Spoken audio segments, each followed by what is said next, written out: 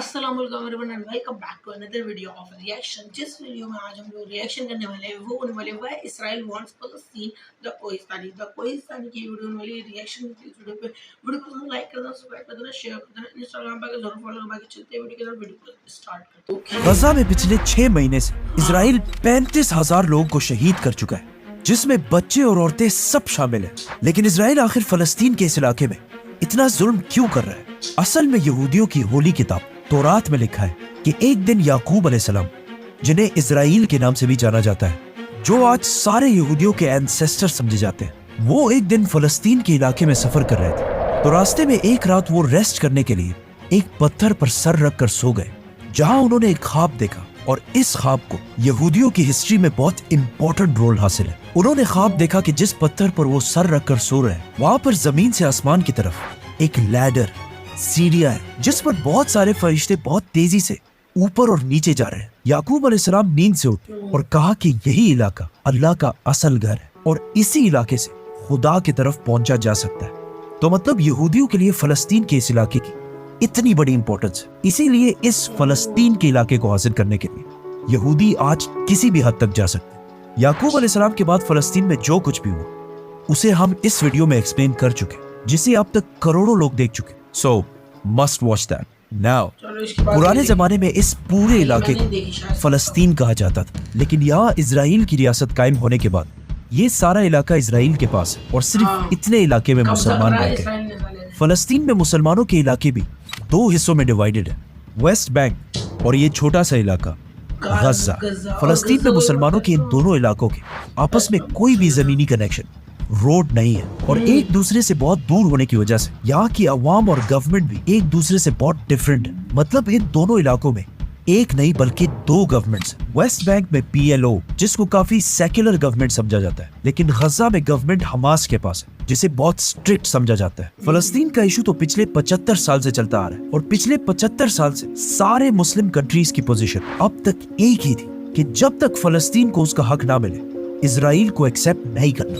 लेकिन आज से कुछ साल पहले यूएस के नए प्रेसिडेंट डोनाल्ड ट्रंप की हुकूमत में अमेरिका ने आहिस्ता आहिस्ता इजराइल को मुस्लिम कंट्रीज से एक्सेप्ट कराने की कोशिश की, जिसे इब्राहिमिक एकॉर्ड्स का नाम दिया गया। इब्राहिमिक इसलिए क्योंकि मुसलमान और यहूदी दोनों इब्राहिम अलैहिस्सलाम को एक सच्चा पैगंबर मानते हैं। अमेरिका के प्रेशर डालने के बाद अरब ममालिक ने अपनी पब्लिक के खिलाफ जाकर इजराइल को एक्सेप्ट करना शुरू कर दिया। तो सबसे पहले UAE, बहरीन, मोरक्को, ओमान, इन सारे अरब कंट्रीज ने इजराइल को एक्सेप्ट कर लिया और जो भी मुस्लिम कंट्री इजराइल को एक्सेप्ट कर लेते, अमेरिकन गवर्नमेंट ने उन्हें स्पेशल एड भी दिया। मतलब सूडान के इजराइल को रिकॉग्नाइज करने के बाद अमेरिका ने उन्हें $1.2 बिलियन का लोन दिया और उन्हें टेररिज्म एक्सपोर्ट करने वाले कंट्रीज के लिस्ट से भी हटा दिया। और मोरक्को के इजराइल को एक्सेप्ट करने के बाद अमेरिका ने मोरक्को की डिस्प्यूटेड इलाकों को भी एक्सेप्ट कर लिया, जिसके बाद आहिस्ता आहिस्ता सारी Muslim countries, Pakistan, Indonesia, Bangladesh, सब पर प्रेशर डाला गया कि वो भी इजराइल को एक्सेप्ट करें। कहीं से एक लॉबी तो आई थी कि जी इजराइल को रिकॉग्नाइज करें, और ऐसा लग रहा था कि दुनिया का सबसे बड़ा अरब मुल्क सऊदी अरब भी इजराइल को एक्सेप्ट करने ही वाला है,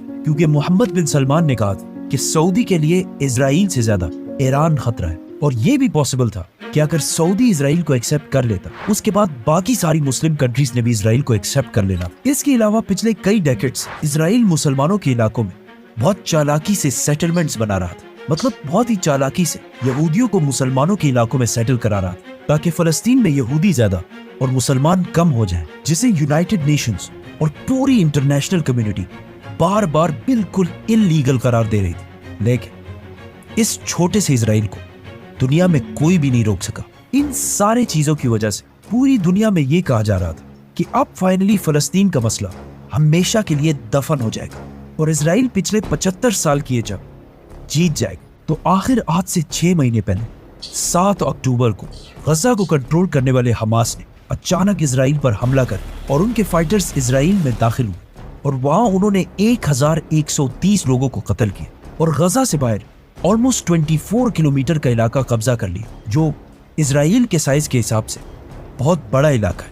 और 150 यहूदियों को पकड़कर वापस गजा हॉस्टेज बनाकर लेके आए, जिसके बाद पूरी दुनिया में ये न्यूज फैल गई कि हमास ने इजराइल पर बहुत बड़ा टेररिस्ट अटैक किया है और कहा कि उन्होंने बहुत सारे सिविलियंस और बच्चों और औरतों को भी कत्ल किया। ऑल्दो इससे कुछ अरसे के बाद हमास के लीडर्स ने एक्सेप्ट भी किया कि उनके फाइटर से इस हमले में कुछ गलतियां हुई है। हमास के इस अटैक के बाद अब पूरी दुनिया इजराइल की तरफ देख रही थी कि अब उनका रिस्पॉन्स क्या होगा, जिसके बाद इजराइल के वज़ीर आज़म बेंजामिन नेतन्याहू ने टीवी पर आकर ऐलान किया कि अब इजराइल गजा से ऐसा बदला लेगा जो इससे पहले किसी ने सोचा भी नहीं हो। तो सबसे पहले इजराइल ने गजा की तरफ सारी सप्लाई मतलब खाना, बिजली, पानी सब बंद कर दिया और कुछ ही दिनों में वो सारा इलाका वापस ले लिया जो हमास ने कब्जा किया था। जिसके बाद इजराइल के डिफेंस मिनिस्टर ने एक इंटरव्यू में कहा कि हमारी लड़ाई इंसानों से नहीं बल्कि जानवरों से, और अपने सोल्जर्स को हुक्म दिया कि इनके साथ जो भी करना चाहो करो, क्योंकि ये तो जानवर है। और ये सब करने के लिए इजराइल के पास अमेरिका का फुल सपोर्ट हासिल था और अरब कंट्रीज की खामोशी से भी ये लग रहा था कि वो फलस्तीन के साथ नहीं बल्कि इजराइल के साथ। इसी के साथ इजराइल ने गजा पर एयर स्ट्राइक्स करना शुरू कर दिया, जिससे गजा में हजारों लोग शहीद हुए। और उसके कुछ ही दिनों बाद इजराइल की आर्मी IDF गजा के अंदर दाखिल हुई और फलस्तीनियों को मारना शुरू किया। इजरायली आर्मी को फाइटर जेट्स, टैंक्स और मिलिट्री पर्सनल की वजह से दुनिया की सबसे ताकतवर आर्मीज में से एक समझा जाता है और कहा जाता है कि इजराइल के पास 80 एटम बॉम्ब्स भी मौजूद हैं। इसके अलावा इजराइल की इंटेलिजेंस एजेंसी मोसाद को दुनिया की बेस्ट स्पाई एजेंसीज में से एक समझा जाता है विद 7000 एजेंट्स। ये दुनिया की सबसे बड़ी स्पाई एजेंसीज में से एक। अब क्वेश्चन ये है कि अगर इनकी इंटेलिजेंस एजेंसी मोसाद इतनी स्ट्रॉन्ग है तो इनको हमास के इतने बड़े हमले की प्लानिंग का कैसे पता नहीं चल सका। अब यहाँ पे कुछ लोगों का ख्याल है कि हो सकता है हमास इजराइल के साथ मिला हुआ है और ये सब एक बहुत बड़ी कंस्पिरेसी है, क्योंकि हमास का क्या ख्याल कि अगर वो इजराइल पर इतना बड़ा हमला करे तो इजराइल का रिस्पॉन्स उसके बाद क्या होगा। जो भी हो, आखिर इजराइल की फौज गजा के अंदर दाखिल हुई। गजा में 3 मेन सिटीज, गजा सिटी, खान यूनिस और रफा। तो सबसे पहले इजरायली फौज ने इन तीनों सिटीज के आपस के कनेक्शन को तोड़ने की कोशिश की और फिर पूरी दुनिया के सामने फलस्तीनियों पर जुल्म करना शुरू किया, जिसमें उन्होंने अब तक 35,000 फलस्तीनियों को शहीद किया और अभी भी ये नंबर बहुत तेजी से बढ़ता जा रहा है। इजराइल के एयर स्ट्राइक्स ने आहिस्ता आहिस्ता बहुत सारे हॉस्पिटल्स को टारगेट करना शुरू किया। इस सब के दौरान बार बार UN सिक्योरिटी काउंसिल की मीटिंग्स में इजराइल के इस जुल्म के खिलाफ रेजोल्यूशंस पेश होती रही, लेकिन जैसे ही कोई कंट्री ये रेजोल्यूशन पेश कर अमेरिका उसे वीटो करके खत्म कर दे। इस जेनोसाइड के लिए इजराइल को उसके सपोर्टर्स ने पूरी दुनिया से फुल फ्लेज सपोर्ट किया, जैसे USA और यूरोपियन कंट्रीज में। लेकिन फलस्तीन के सपोर्टर्स, जिसमें सबसे बड़ी रिस्पॉन्सिबिलिटी अरब कंट्रीज की बनती थी और फिर बाकी मुस्लिम वर्ल्ड की, इन अरब कंट्रीज ने फलस्तीन के लिए कोई भी एक्शन नहीं उठाया। इवन वो अरब मुमालिक जो इससे कई साल पहले इजराइल के खिलाफ जंगें भी लड़ चुके और हर जंग बहुत बेशर्मी से आ रहे हैं, उन्होंने भी इस बार कोई एक्शन नहीं उठाया। मीनवाइल जब सारे मुस्लिम कंट्रीज फलस्तीन के इस मसले को इग्नोर कर रहे थे, उसी टाइम दुनिया के सारे मुसलमानों ने इजराइल के खिलाफ खुद ही एक्शंस लेना शुरू कर दी और आहिस्ता आहिस्ता पूरी दुनिया में इजराइल के खिलाफ प्रोटेस्ट होना शुरू हुए। ACLED की रिपोर्ट के मुताबिक अब तक दुनिया में जितने भी प्रोटेस्ट हुए उनमें से सिर्फ 14% इजराइल के हक में हुए और दुनिया के बाकी 86% प्रोटेस्ट सिर्फ और सिर्फ फलस्तीन के हक में हुए। मुस्लिम दुनिया की आवाम ने सिर्फ प्रोटेस्ट नहीं बल्कि एक और एक्शन भी लिया। मुसलमानों ने इजराइल की कंपनीज और या इजराइल को सपोर्ट करने वाली कंपनीज का बाइकॉट करने की कोशिश की, जिनमें top of the line companies were Coca Cola, McDonald's, KFC, Pepsi, Nestle etcetera.